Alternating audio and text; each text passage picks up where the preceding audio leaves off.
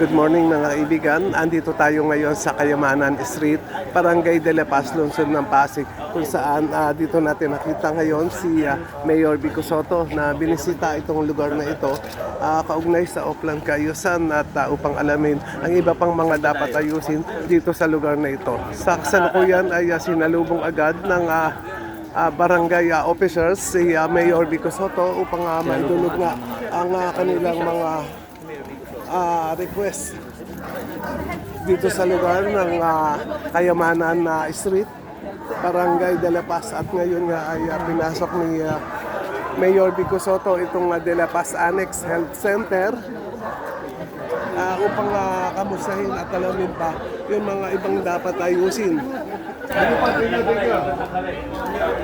Ayan, no?